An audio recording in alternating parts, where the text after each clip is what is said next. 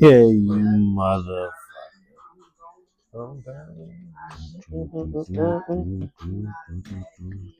Didn't have no guidance. Kodak on this bitch.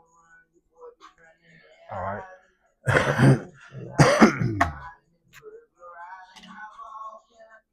No, can I can? Yeah, that's the legendary Kodak. Back again, man. I like staying consistent. Let's do it. Let's Three, go. 2, 1.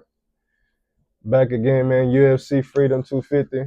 Yes, sir. Ilya Tuporia versus Justin Gaethje. My dog wanted to cover the card. We here. All right. But we're gonna start from the bottom of the card first. But anyway, what you think about the card in general though before we talk about I respect the idea. You know what I'm saying? it? I like the name. It's cool. It's definitely UFC freedom. You know, it's especially with the issues going on. You know, between us and other countries and all that stuff. I get it. I get why it's done. I get the idea and everything. So I think it's smart for that. I don't agree with doing it at the White House. I don't know. It's just me. What about it being It's outside or just I mean, at the not White just House being in at the White House. conflict? It's just it's too much. I don't know. You're taking away from fans that want to be there and shit. Like these fights would have been gangsters fuck to see in person. All this, you ain't about to think.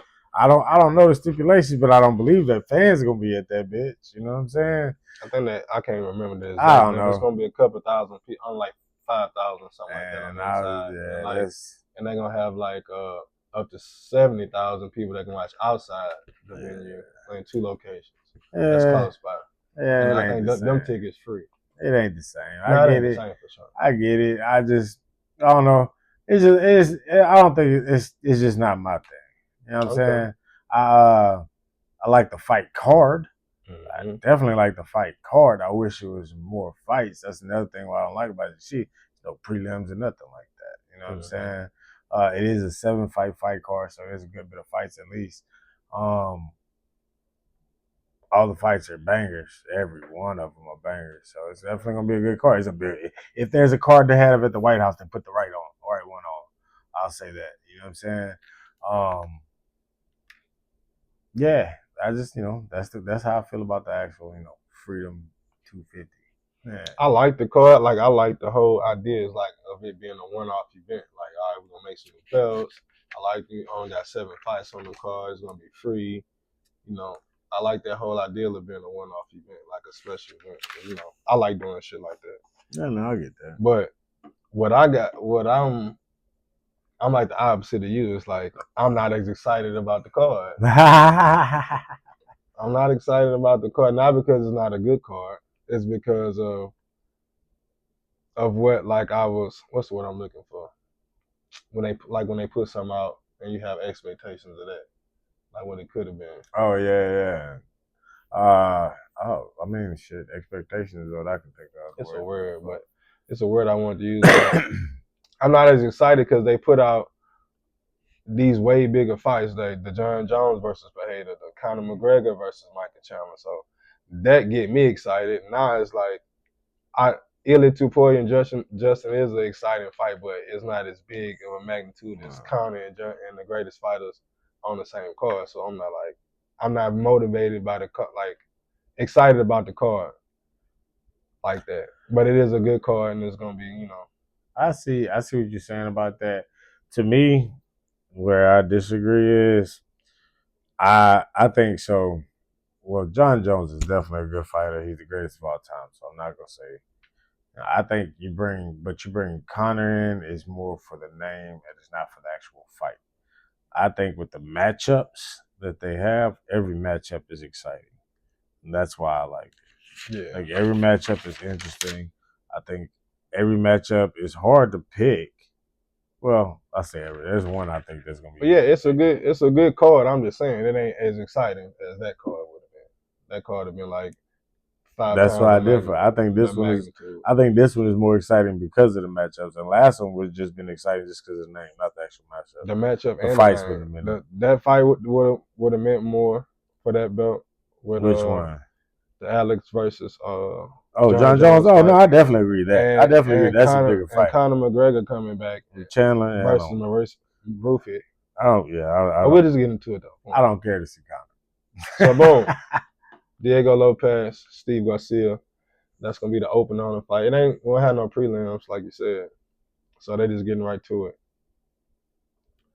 You can talk first about All Steve right, Garcia and man. Diego. Steve Garcia and Diego Lopez. We know Diego tried, true, tested, and fought the best of the best.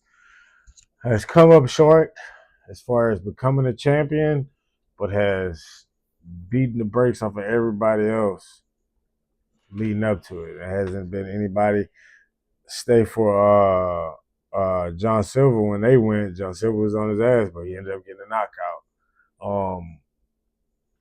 He just he finds the way to make it like to win and to make it happen. Definitely to make it exciting. Uh, yeah, like I said, just tried and true. I think that man he's ready for whatever Steve Garcia is going to bring. Now, with that being said, Steve Garcia is on a 7-fight win streak. Tough as hell. Tough. Brings the fight all the time. Never backs up.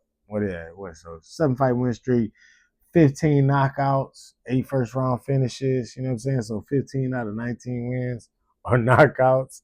Like, I mean, and this dude, he's fought some tested people coming up too. Like he hasn't Cheeto was the been last fighting. Yeah, he hadn't been fighting. This at 140. He's what they fought that Onama cat. That cat was okay. tough. Oh, no. He fought Qatar. Yeah. Qatar is an animal, dog. You know what I'm saying? It's not like dude. He's been tested. But he ain't been tested with the people that Diego Lopez has fought. If I have to pick one, I'm just gonna go with Diego Lopez just for the simple fact that he's been tested and he's ready for. He's seen whatever Steve Garcia can bring. Mm-hmm. Now, does that mean that Steve's gonna definitely lose? No, I don't think so. I think Steve come with the right game plan and stick to it. He definitely can beat Diego Lopez, bringing that pressure that he does. You know, yeah, I think he can. I think it's gonna be a fucking banger. I think they gonna stand trade and punch the shit out of each other. All right, the Diego Lopez fight, Steve Garcia. Diego fought John Silver. That was for like title contention, and I think he lost the first time. It would have been John Silver fighting Volkanovski, and I probably would have liked that fight better. Anyway, it would have been more exciting. But anyway, he coming off like he haven't fought. Then he fought Volk, lost. So Diego coming back off a loss. Steve Garcia got a whole lot of momentum. Now, I'm not saying that Diego discouraged from that loss because he did way better than he did the first fight. So I'm only picking Diego, like you said, because he has fought better competition and been in the top 5 for a lot longer. So, and Steve gonna be there all night though. I feel like, and I feel like it's going on. I don't feel like he gonna put Steve Garcia away. I feel like it's gonna be a all 3-round fight, if I'm being honest. But I'll be surprised if Diego does. Real surprised. Cause to be honest with you, I'm not saying he don't have the skills to finish Steve. I'm just like from what I've been seeing lately, that don't finish Steve Garcia. Yeah, Steve, like he's there to bang. You know what I'm saying? I'm looking at it right now at the highlights. He's southpaw. Like he's gonna be there. Yeah, he gonna be in his face. Like he's not he ain't scared to assert himself with these guys. You know what I'm saying? Like I feel, when you jump to that next level, sometimes you see these guys get gun shy, which and I'm not trying to throw any shade on that because I never made it that way. I would get my ass whooped before I get to that part anyway.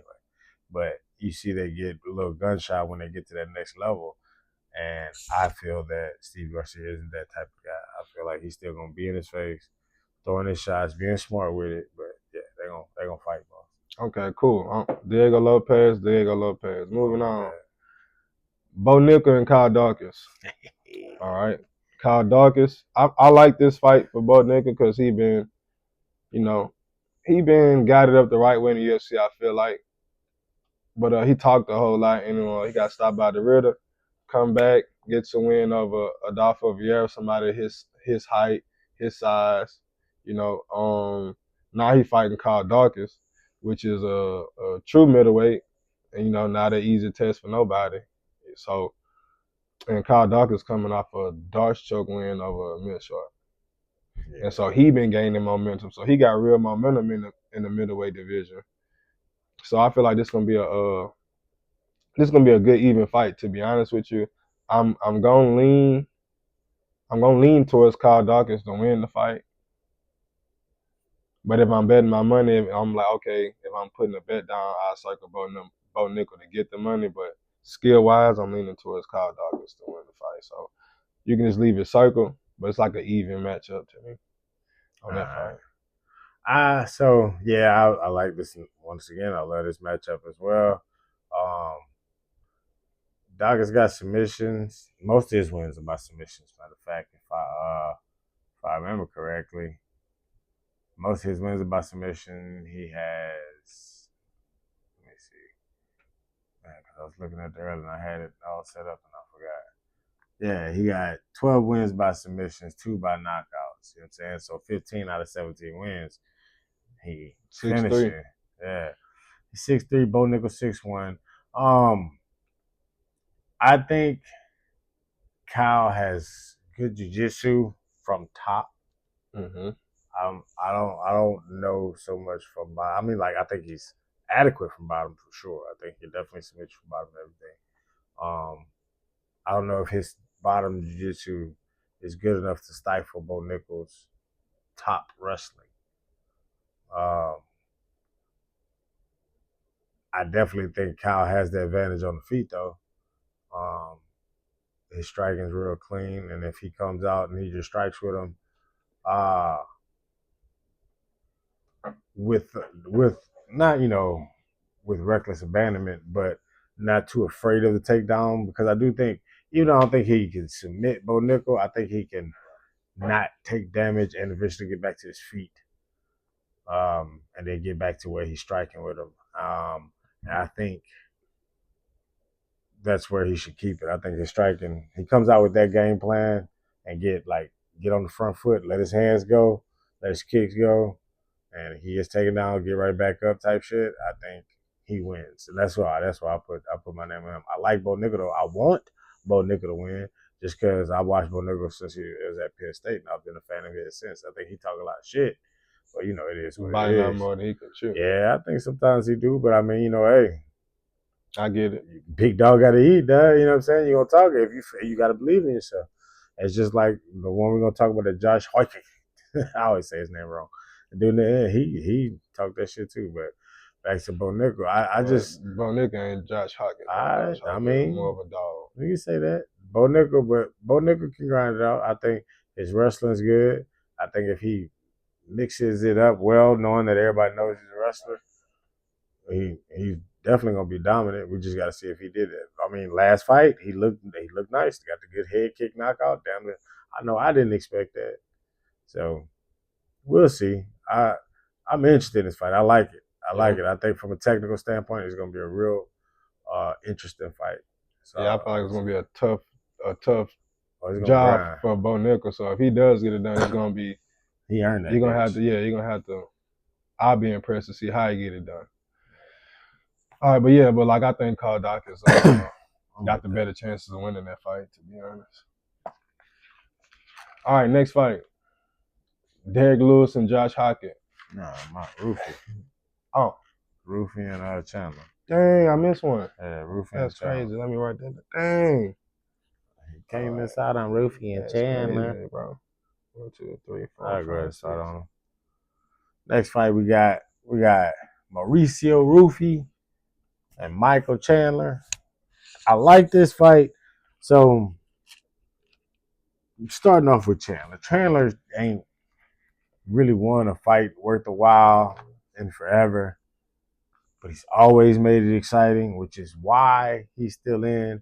And you see they cutting all these people and people getting mad about it, which I understand. And then they keeping Chandler who ain't winning nothing and putting him on big cards like this and stuff. I mean, dude's earned his keep. He might have lost them bitches. He's only lost to good people, title contenders. And I mean, he puts on an exciting fight, so I get it. He's still very dangerous, so they can't take that away from him. People can say what they want to. The man's still very dangerous. He touches you with that right hand, you're going to sleep. With that being said, though, Mauricio Rufy, when it comes to the striking, we all know he's like the new Conor McGregor. That man is elusive. He's tricky. You don't know what he's gonna throw, when he's gonna throw it. He's willing to go out there and just throw crazy stuff. And yeah, man, that boy's tough. I believe Mauricio Rufy gets out there and he ends up putting Chandler away. I don't think it happens in the first round. I think Chandler's gonna be a little too explosive for him then. But when he slow down a little bit and then he starts trying to sit more on his punches instead of exploding in, Rufy's gonna start picking him apart, getting him with his feints, fillers, and finding that finish KO. That's my opinion on Okay. Yeah, my Mauricio Rufy and Michael Chandler. I think Rufy gonna smoke him. I thought it's supposed to be Conor McGregor slot. Mauricio, he click on him. I want to see how tall he is for sure. I don't want to say a crazy number. 5'11". He 5'11". He a big lightweight, big, long, rangy lightweight. Michael Chandler, to be honest with you, he too small to fight with anybody in the top 10 at lightweight because he a small lightweight. He's short. Small lightweight, he ain't gonna be able to cover the distance on Mauricio Rufy fast enough without getting his lights put out. Rufy coming off that win over Fatigue. Fatigue been in title contention for a long time, so it was impressive to see Rufy beat somebody like that. Just talking about Rufy's skills now. Yeah. Lost to Benoit Saint Denis, got held down. Now another big lightweight who can fight. Oh, that's right. So he can get him down. He held him down for a long time. So I see, as far as lightweight contention, I see Mauricio Rufy having problems in the top 5 because of that, and he's been exposed because of that. But Michael Chandler not big enough to or quick enough to get Mauricio Rufy down, I think. And yeah, man, I'm going Mauricio. I'm going Rufy by finishing. Probably spectacular finish, to be honest with you. Yeah, no, I agree. It's definitely gonna be a spectacular finish. And Michael, I think he had like almost a year layoff. Yeah, waiting for McGregor. Goddamn. Man, he should have just. I know he don't got no control over that, but they should have made that fight happen on this card. But yeah. Oh yeah, we can talk about Michael Chandler fighting Paddy Pimblett, another 5'11", lightweight, long rangy, similar to Mauricio Rufy, and he got pieced up. Yeah, his striking ain't nowhere near on Rufy's level. And it's not nowhere near on Rufy's level. But he just having a tough time with these. He fighting the biggest lightweights, and the biggest lightweight's gonna be at the top of the division. He fighting the best lightweights, though. 5 to 6 foot, and he gotta be 5'6" or some shit. And just too big for you. All right, cool. Now we going on. Yeah. Heavyweight. Like it. Derek Lewis, Josh Hockett. Josh Hockett talked his way up on the card. He had an impressive performance against goddamn, what, Curtis Blades. Yeah. Curtis. And he just showed you that he was a dog. It's like he talked a whole lot, and Curtis Blades looked sharp and he looked good that fight. Curtis looked better than he ever looked. And by Curtis looking better than he never looked, just like Josh was taking a big step up fighting Curtis Blades. And he just showed he was a dog in the fight. So it's like he was getting out skills, like getting his skills matched, but he just outdogged Curtis Blades a top 5 contender in the heavyweight division. So A he solid top 5, not no fluke. out Solid. outworked him. Curtis Blades got the best skills in heavyweight. He might not got the chin for heavyweight no more, but he got some of the best skills in heavyweight, like outside of, to be honest, better skills in, just better overall skills. Cyril Gane got skills, but it ain't like a complete fighting set. Like, Yeah, I agree with that. yeah, like Curtis have. And Derek Lewis gonna always be Derek Lewis. So he always one punch away. So that being said, for all the skill that Josh Hockett got, how tough Josh Hockett is, if Derek Lewis touches you more than one time, like the first shot will hurt you, just accumulation after that. You're not gonna be able to recover. And Josh Hockett is a smaller heavyweight.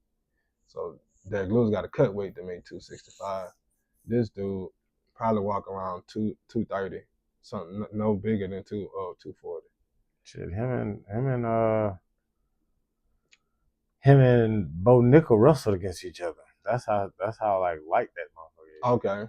Oh yeah. Derek Lewis would have never made none of them. Not at all, nigga. So that's gonna be that. But I do feel like Josh Hockett is faster than Derek.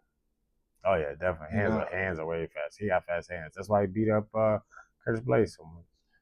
So I do feel like Josh Hockett a better fighter, but is always a better fighter going against Derek Lewis. So so if I'm betting money though, I'm gonna go ahead and circle Derek Lewis. I don't know how he gonna win. I just feel like he just so powerful. Like, I'm not saying that Josh Hockett don't got the skill set to try to get around Derek, but if he come at Derek right, just like he was coming at Curtis, it ain't gonna end the same way. So I agree. Everything you said, I'm with that. Josh Hockett. I think like once again he talked his way up there, but he didn't just talk; he proved it as well. Mm-hmm. He talked himself into every match he got, and he proved that every match that he had that he was going to be the man he was. He's finished 8 out of 9 of his fights. Quick hands, light heavyweight, good. Like I ain't gonna say great footwork, but good footwork for a heavyweight. You know what I'm saying? He moves around, he's bouncing around, he's diving in there. I think he comes out and he mixes in his wrestling. Not so like ain't no big lifts or nothing like that on Derek, but like level changes, snatch singles and stuff like that, quick dumps, get into that. That's crazy, like a little net fight. Yeah. He get that. Yeah, that bitch right in my face. He get that. Yeah, that nigga like screaming. If he implements that plan, I think he gets him. But I don't think he will do that. I think he's gonna be Josh Hockett. He's gonna fucking come at that damn Derek Lewis, trying to knock Derek Lewis out in the first round. And he's gonna run into that power. I think you said it right. Derek Lewis is always fighting the better fighter. But Derek Lewis is Derek Lewis, man. He can you let him walk you forward. I mean, let him walk you down and walk forward. He gonna put that right hand on you or that left hook, and you're going to sleep. He has unimaginable power, and when he touches you, no matter heavyweight or not, you're going to sleep. And Josh is a small heavyweight. If he just blitz in forward, he's going to get touched. He's going to be put to sleep. I think if he fights smart, if he fights smart, I think he definitely can beat Derek Lewis. I don't see it happening. I see it with it being the fight that it is, the UFC magnitude. Freedom. Yeah, the magnitude of that fight. He's going to want to put on a show. He's going to want to try to prove something. Which, I mean, I'm not mad at him for that. That's how he got to where he's at. Mm-hmm. And I just think at this point, though, it's gonna cost him. Yeah, catch up with you. Yeah. You better be you say he wrestled him. Hey, man, you better be in there grabbing the leg. Now, if he grabs the leg, I'm saying, you can be have to hold. But if you're trying to bang and beat Josh, the gimmick that you put out, it ain't gonna end how you think. I don't see it. I mean, look, and I think he can knock out Derek Lewis over time, over accumulation. I don't think he's about to just crack him one time and knock him out. I could be wrong. I don't see that happening. But I do see Derek Lewis knocking him the fuck out with one shot. Yeah. I mean, he had to hit Curtis Blades a million times. And, Curtis got one of the weakest chins in heavyweight. So that to me. I don't think he got the weakest. I think he's proved. I think he's proved he can be Chinny, but it's like I don't know. Sometimes he'll take shots and he'll walk through them bitches. Sometimes just one shot and it's over. But and one shots have been against some monsters too. Though. Next fight, I don't know. I don't know this guy, but Sean O'Malley versus a hobby. Yeah. You know Sean O'Malley. Yeah, I know Sean O'Malley for sure. I know Zahabi, I think his last fight was versus Cheeto, and it wasn't a really exciting fight. Sean O'Malley last fight was Son Yudong. Sean O'Malley last fight was versus Son Yudong. Went out got back in the win column, but it wasn't like in dominant fashion. He just needed to get back in the win column. So another tough fight though, dude 14-2. I don't know how he get in the I don't know how Zahabi get in the mix, but he in the mix. Mm-hmm. I think I'm a big fan of Sean O'Malley, and I feel like he's one of the best strikers in the UFC, like no matter what the division is. And I like to watch him do his thing. So I'm gonna choose him over Zahabi. Just stay real short with that. Because he been staying active too though. He always in tighter contention. He got the star power. He got the skills to back it up. I like Sean O'Malley on this card. No. I agree. I like Sean O'Malley. I'll start off with Zahabi. Ayman, I think that's how you say it. Forgive me if I say it wrong. Ayman Zahabi. He's Farhad Zahabi's little brother. So he got one of the best IQs in the game in his corner and all that stuff. And I think he has developed a good fight IQ off of that. He's not the most elaborate striker, wrestler, jiu-jitsu guy, but he is the most technical, I think. He fights smart. You know what I'm saying? He's a very smart and intelligent fighter. So I think that's where he is dangerous at. With that being said, though, he's never met anybody like Sean O'Malley. Sean O'Malley is a wizard on the feet. He's very masterful in his craft. Great takedown defense. Good off his back jiu-jitsu, not just jiu-jitsu, like off his back MMA jiu-jitsu. Just he won his last fight, and before that, he just ran into the buzzsaw that is Marab. Right. And you can't be anybody. That's what I'm saying. You just see you cannot say anything bad about that. You can't judge him off those losses. I'm sorry. You can't judge him purely off those losses. And then you watch what he did with Song Yudong. Yeah. And then you see what Song Yudong just really did against Figueiredo. He just choked Figueiredo out. Mm-hmm. Controlled that fight. So you see that wasn't a fluke. You know what I'm saying? That wasn't just a gimme fight. That was a tough guy that he beat. Mm-hmm. And then he's fought the toughest competition. Like you said, he's fighting for a title or main event in his past however many fights. This is the first time he hadn't been a main event in forever. 5-round fight type deal. I think he'll be too much. I think Zahabi has his avenues of winning. I just don't think it will play out like he wants. O'Malley's mindset is for that title. He wants that title. He's changed up some things. I think O'Malley's gonna come in and put that work on old boy. Yeah, I said I didn't know how he got up there, but he fought Jose Aldo, then he fought Cheeto. Yeah, he fought some good guys. That kind of put him in the spotlight. So it ain't like I couldn't remember him in recent memory. I'm like, oh, what? It's not like he a nobody. He fought some good names. So it's like he just. I feel like Sean's he just not on the level of Sean. Yeah, Sean's been fighting those good names for a longer time. Way longer time. You know what I'm saying? And he's fought him on bigger stages. Fought Jose Aldo on the come down. Yeah, Jose Aldo isn't a Jose Aldo. He's still dangerous. I think they even brought him back after his retirement for that fight. Oh, I thought that was his retirement fight. He left and came back after boxing. Yeah, he won that retirement fight. Yeah, retirement fight. So, yeah, man, so it was. He did beat Cheeto though, and Cheeto's legit. Yeah, and Cheeto was ready to fight that fight. Yeah, fuck yeah. So, man, but I'm ready to see Sean do his thing. Just Yeah. like you said, just because he's so masterful what he do. Like I want to see how this dude get it done, and I Yeah. want to see. I like taking shit from him, though. Yeah, I like picking watching stuff and off taking Sean. shit. Yeah. I show it to Aiden all the time. Nice. I always putting stuff. Everything I do, I kind of like get from him. I show it to Aiden. His stuff can fit like right into my. Some of his stuff fit right into my game. It's like one of the best in the UFC period, bro. And he been like that since he was young. It's not like he got till he was 30 years old to do that. He was like had the same skill set at 23 years old. Yeah, no, he been good with his thing. Been doing his thing. All right, but yeah, Sean O'Malley, big dog.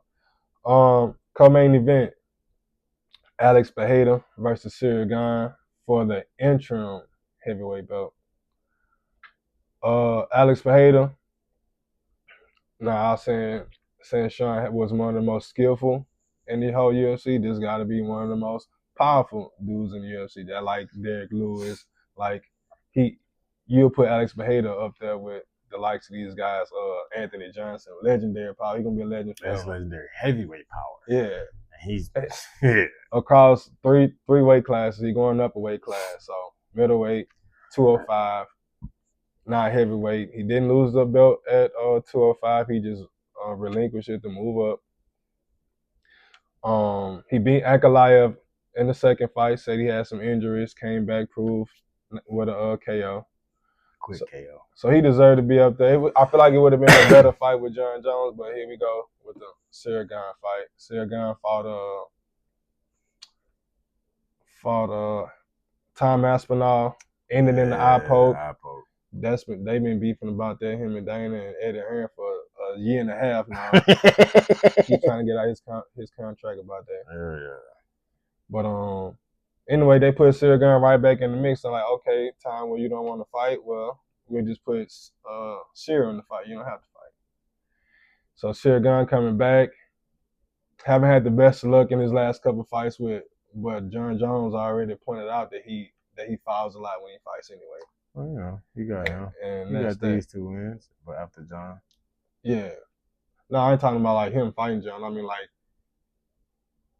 the eye poke, he like does fouls in between. Oh yeah. Yeah, like so boom. But Alex Pereira though, one of the best fighters to enter the UFC, on one of the best runs on the UFC 6 cover for a reason. One of the faces of the UFC right now. Took the steam off of Israel. I feel like he gonna get it done again. He gonna take the belt off of Cyril Gane. Do I think he's going to knock Cyril Gane out? No, because of how Cyril Gane moves on his feet, his IQ of striking, how dynamic he is. Also, Alex Pereira is all these same things coming from a lighter weight class. So I feel like he will edge out Cyril Gane. But at any time if Cyril Gane get overzealous though, he'll get knocked out. I don't see Cyril Gane being capable of knocking Alex out. And I'm picking Alex to win the belt for that interim heavyweight belt. Right. And then just get Cyril out of the picture because Cyril got more opportunities than he probably deserved, to be honest with you. But he just a heavyweight in the French fan base. So this is my breakdown. Alex Pereira, 2-weight champ. Uh-huh. Got the power to knock anybody's lights out. Question is, does that same, like, we know he can still put people out in heavyweight, but does that same effect of like just to touch you and put you out, right, that carry to heavyweight? Because he just be touching people and putting them out. Now putting them out. So will that transfer? I do believe so, because the way he throws his shots, a scared dude. Yeah, it's not like he's like fucking putting all he got to. He just throws them technical, and just fucking short and sweet. So I believe that, along with his accuracy, it will carry over into heavyweight. Also, You got to think like Sirigan is known for his speed at heavyweight.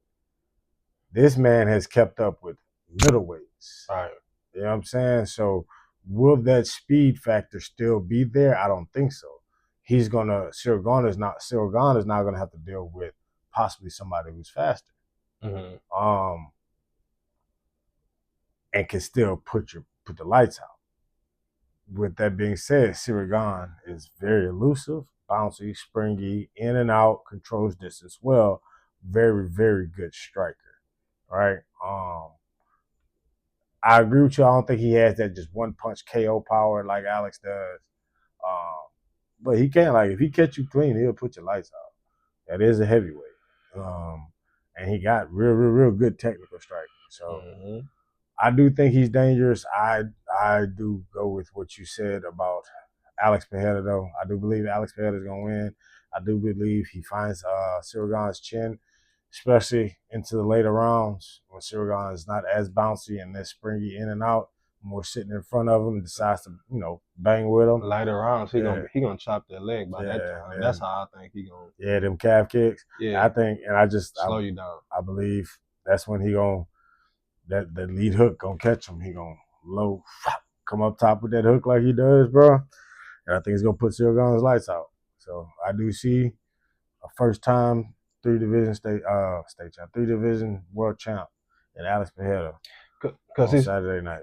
He slowed you down. It ain't really it's the power, but it's like, why can't you move? It's like he kill your leg before he even hit you with the hands. It's like, oh, I can't hit him. He faster than me. He's like, all right, well, I'm just keep chopping at this leg. I mean, he's smart, bro. And he just smart. His IQ on another level. Smart. Bro. He pick people apart, dog. He'll start setting you up. You don't even know it. That's why I've been working on my guys, but he be hitting setups, dog. That man's smart. He'll dismantle. He been in the striking game for a very long time. Yeah. People forget that he just adapted his MMA game around that. Motherfucker's hard to take down. And that's another thing about this fight. Sirigan ain't no wrestler. Right. He's taking some people down, you know what I'm saying? But I don't think his wrestling is good enough to take Alex down. We gonna find out, though. We gonna find out. Just another fighter, like, it's gonna be a masterclass performance if you have to. He's not gonna brawl with, like I said, he dismantles people. Yeah. Main event. Ooh, Lord. Man. Ilia Topuria versus Justin Gaethje. Two of the most violent people in lightweight right now. Ilia Topuria coming off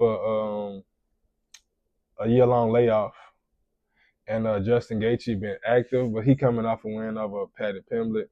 I knew he was going to be Paddy. Too big of a jump for him, but more of like an activity fight.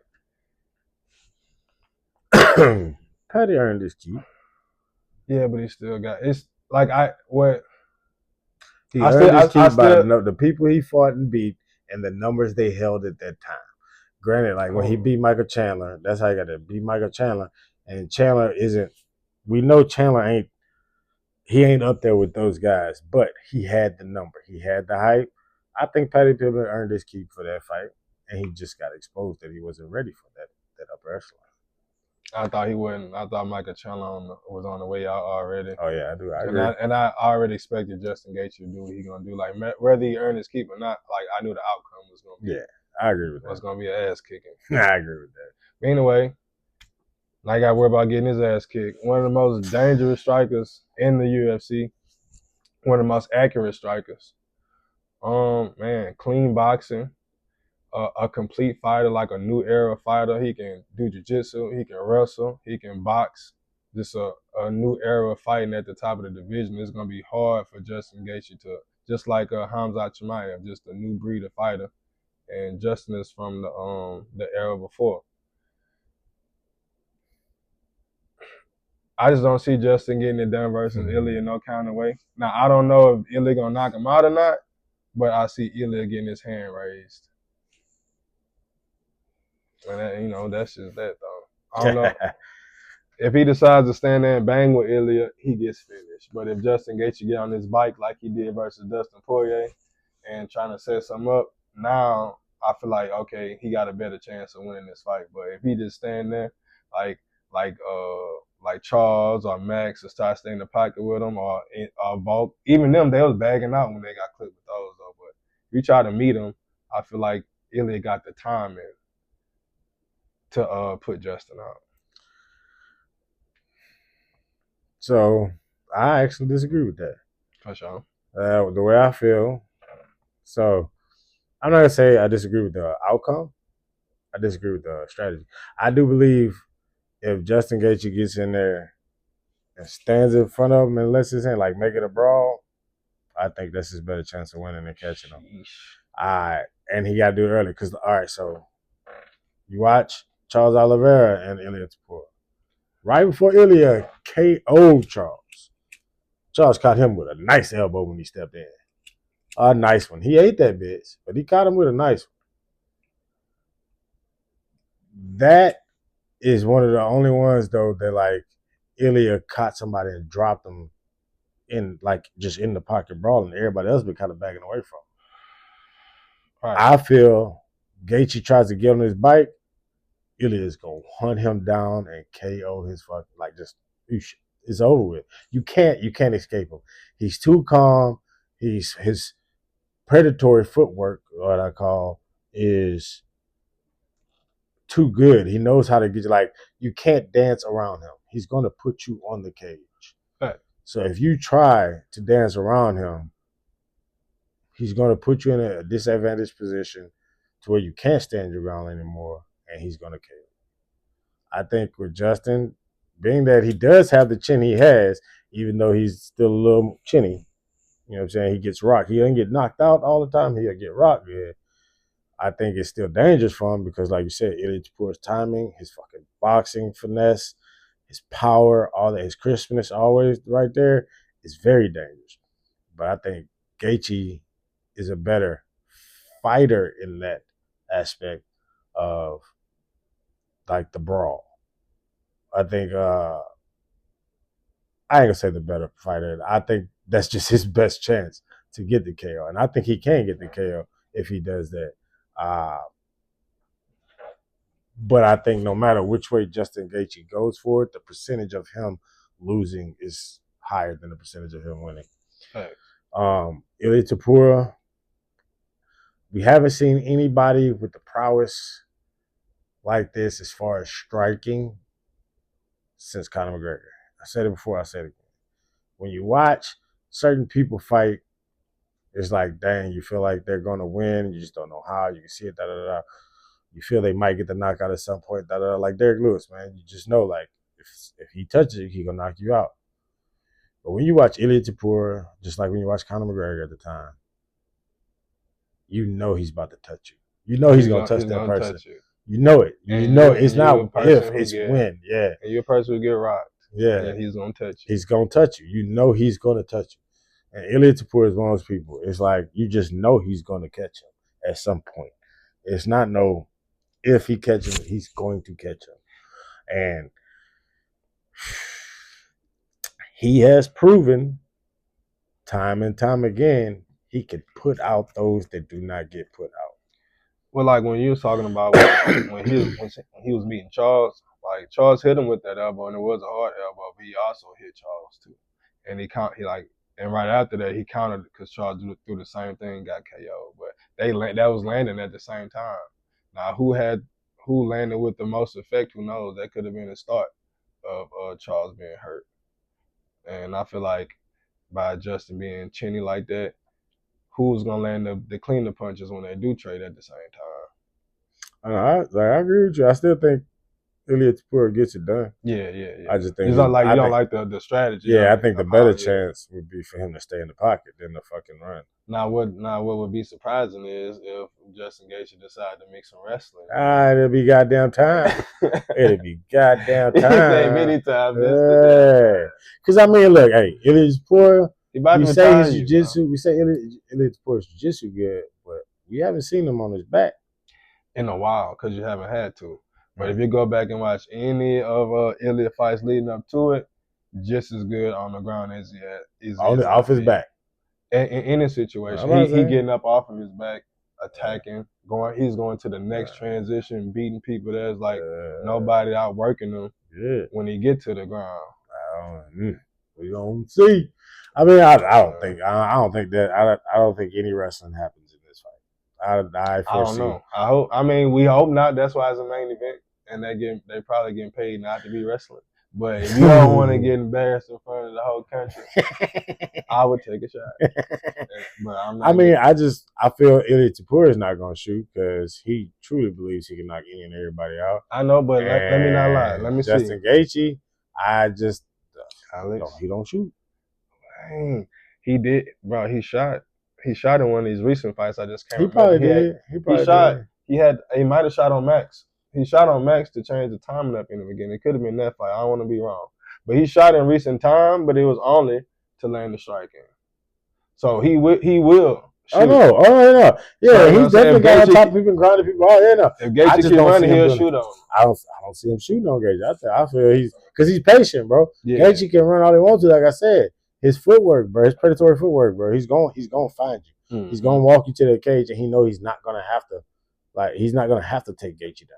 I like Ilya, man. Ilya, dog. Man. Like I get, there's only a few fighters when you hear their name, you get excited. Like if you're a real fighter, like a diehard fan.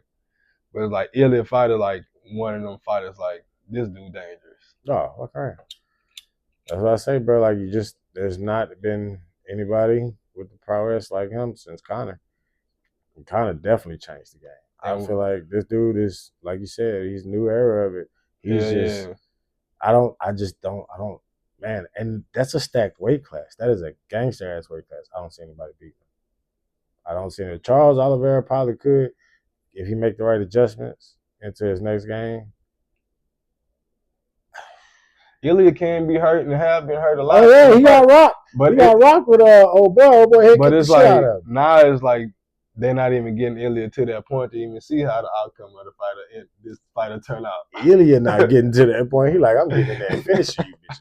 I ain't got time. What do you say? I get paid by the fight, not by the hour. Man, I'm in this bitch to get it done, nigga. Yeah. Man. But like, and it's still, like I said, he's so patient with it. He don't rush that shit. It's nasty, dog. Yeah, it's gonna be a good fight. But I mean, you know what though? I would be surprised if Justin win, but this the fight game, nigga. Touche. Yeah, I mean, I'm not gonna be mad at it. Yeah, I ain't gonna be mad at you, bro. Nigga, Justin, you gonna get a few more. I'm already a fan, but you gonna get a few more fans. That's what fight all about. Justin get that KO, dog. And then he retired. I don't see it being a KO. I see it being a decision if Justin can win. Are you like he got a surprise Ilya too? Oh, it definitely be a decision. The Ilya walk him down too much for it to be a decision. I think it'll be a KO. So it got to be something. He'll catch him. He gonna catch him with something. Yeah, he gonna catch him with something if he win. I don't think he can grind out the KO. Well, I don't know. I ain't really seen Ilya do 5 rounds. That's what I'm saying. Like he do get touched, he do get hurt, but he been like testing and will fight back. But it's like it's like he getting to the point where he ain't even trying to get to the point. Yeah, you right. Like, cause you get into those later rounds, a little more fatigue, hands a little heavier. Justin's known to still be able to bang in those later rounds. Right. He's sloppy as fuck, but he be fucking banging in them later rounds. But yeah, we rambling now, y'all. But Ilya Tapur, man, one of the best to do it. UFC Freedom 250. Appreciate y'all. Appreciate you, brother. Yes, sir. Let's go. That's it. Goddamn. I hope 48 minutes. All right, we ain't go too far.